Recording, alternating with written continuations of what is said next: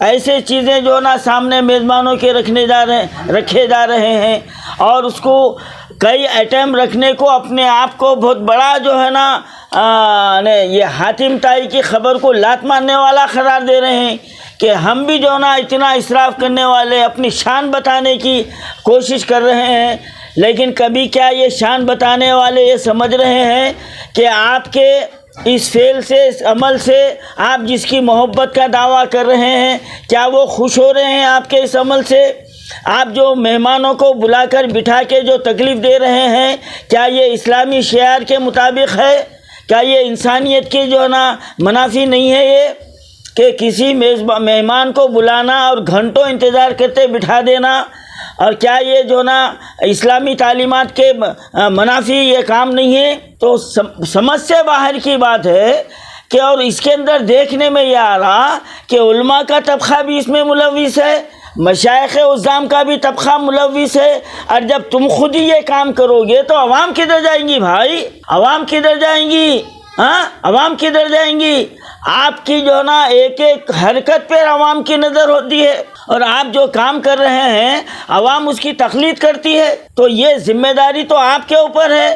اگر آپ کو دیکھ کے کوئی اچھائی کی تقلید کی جاتی ہے تو اس کا اجر آپ کو ملے گا، اور آپ کے کسی غلط کام کو دیکھ کر اس کی بھی تقلید کی جا رہی ہے تو اس کے تو ذمہ دار آپ ہیں، بروز محشر آپ جواب دہ ہوں گے۔ آپ دیکھیے، آپ مشائخ عظام کے شادیوں میں جا کر دیکھیے آپ کیا تماشا ہو رہا ہے، دولہے میاں کب آ رہے ہیں، علماء کرام کے پاس جا کے دیکھیے آپ، عام آدمی کا تو چھوڑیے آپ، لیکن جو اپنے آپ کو ملت کا کرتا دھرتا ظاہر کر رہے ہیں ان کا خود یہ عمل ہے، یہ فعل ہے، تو عوام کیسا سدھرے گی؟ اور آپ عوام کو سدھارنے کے لیے کہہ بھی نہیں سکتے کیونکہ آپ خود وہ کام نہیں کر رہی، تو آپ ان کو کیا تعلیم دیں گے؟ آپ کیا نصیحت کریں گے؟ آپ تو اس لیے آپ کے منہ بند ہے۔ تو میں یہ گزارش کرتا ہوں، میں درد مندانہ اپیل کرتا ہوں، میں علماء کرام سے اور مشائخ عظام سے، آپ اپنے لڑکے لڑکیوں کی شادی کو ایک نمونہ بنا کر پیش کیجیے آپ، تاکہ وہ نمونے کو دیکھ کے عام مسلمان اس کی تقلید کر سکے، آپ کے طرح جو نا وہ بھی اپنے لڑکے اور ایک بھائی، میں ایک اہم بات کہنا چاہتا ہوں، آج جو مڈل کلاس میں جو شادیوں پر جو نام و نمود کا، شان و شوکت کا جو مظاہرہ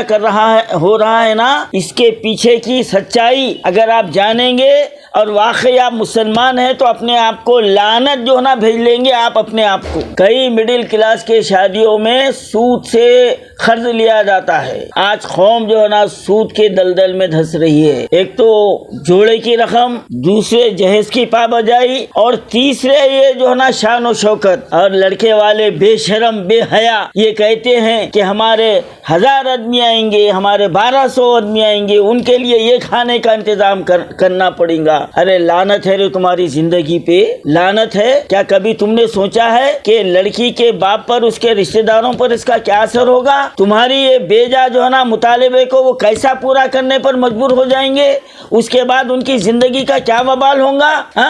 اس کا ارے تمہارے بھی جو ہے نا پیٹ میں لڑکیاں ہیں، بیٹیاں ہیں، جب تمہارے ساتھ یہ معاملہ پیش آتا ہے تو تم کیسا تل ملائے جاتے؟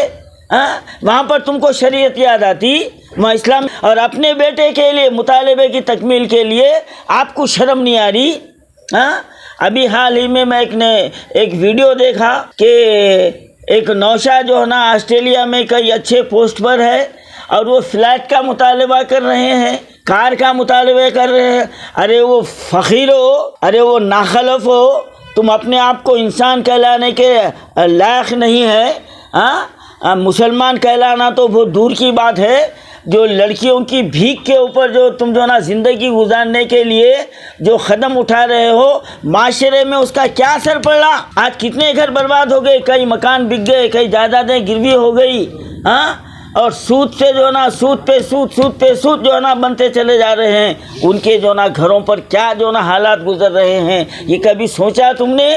یہ نام و نمود، یہ شان و شوکت، 10 قسم کا پکوان کیا ضروری ہے؟ وہ کیا ضروری ہے؟ وہ آدھا کھایا جاتا، آدھا پھینک دیا جاتا ہے۔ وہ پھینکنے والوں کو بھی شرم نہیں ہے کہ وہ لوگ جو نا اپنے گھر میں لا کے پکا کے ایسی پھینکتے اور ایسے چیزیں رکھ رہے ہیں جو کوئی کھاتا کوئی نہیں کھاتا۔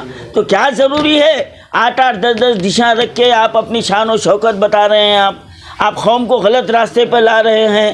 بروز محشر علماء اور مشائخ اس کے جو ہے نا ذمہ دار ہیں، آپ سے اس کا جو ہے نا سوال کیا جائے گا۔ تو میں عام مسلمانوں سے یہ جو ہے نا اپیل کر رہا ہوں، خدا را اپنے رویے میں تبدیلی لائیے۔ یہ عصر کے بعد مسجد میں نکاح پڑھانے کا یہ جو نا مکارانہ یہ رویہ ترک کیجیے۔ آپ ادھر آپ سنت رسول کے دعوے دار ہیں اور ادھر شیطان کی پیروی کر رہے ہیں۔ آپ 11 بجے 12 بجے جو ہے نا ناچتے گاتے ہوئے باجے کے ساتھ نوشا جو ہے نا شادی خانے کو پہنچ رہا، کیا ضروری ہے؟ وہیں پڑھاؤ۔ اگر آپ سنت کی پیروی کرنے کے لیے آپ جو ہے نا سنجیدہ ہیں تو آپ جو ہے نا عصر کے بعد عقد ہونے کے بعد عشاء کے بعد نوشا وہاں پر رہنا چاہیے شادی خانے میں۔ ہاں، اب کئی ضعیف لوگ رہتے ہیں اور اس وقت تو شوگر کی بیماری عام ہو گئی ہے۔ ہاں، 50% سے زائد لوگ شوگر کی بیماری میں مبتلا ہیں، ان کا کیا حال ہوگا؟ سوچا تم نے؟ ہاں، معصوم بچے ہیں، ہاں سوچا تم نے؟ ہاں، کمزور انسان ہیں، سوچا تم نے؟ نہیں، بس دعوت دے بلا لیا، آنا ضرور اور یہ تکلیف اٹھانا۔ تو کیا وہ جوڑے میں جو ہے نا اللہ محبت پیدا کرے گا جس کی بنیاد ہی جو ہے نا تکلیف پر ہو، جس کی بنیاد ہی انسانیت کے اصول کے خلاف ہو، انسانیت دشمنی پر مبنی ہو؟ کیا وہ جوڑا خوش و خرم رہے گا؟ کیا وہ گھر میں خیر و برکت آئے گی؟ اس کا جائزہ لینے کی ضرورت ہے۔ یہی میری آپ سے گزارش ہے۔ یہ عصر کے بعد میں مسجدوں میں نکاح خوانی پڑھانے کی یہ مکارانہ دھوکے بازانہ یہ چال چھوڑیے، اور اگر واقعی آپ سنت کے پیروکار ہیں تو عصر کے بعد عقد کے بعد آپ عشاء کے بعد میں آپ شادی خانے میں رہنا، تو آپ جو ہے نا پکے مسلمان ہیں، آپ کو اللہ سے اور اس کے رسول سے محبت ہے، ورنہ آپ جو ہے نا اپنے آپ کو دھوکہ دے رہے ہیں، اللہ کو دھوکہ دے رہے ہیں اور اللہ کے عذاب کو آپ دعوت دے رہے ہیں۔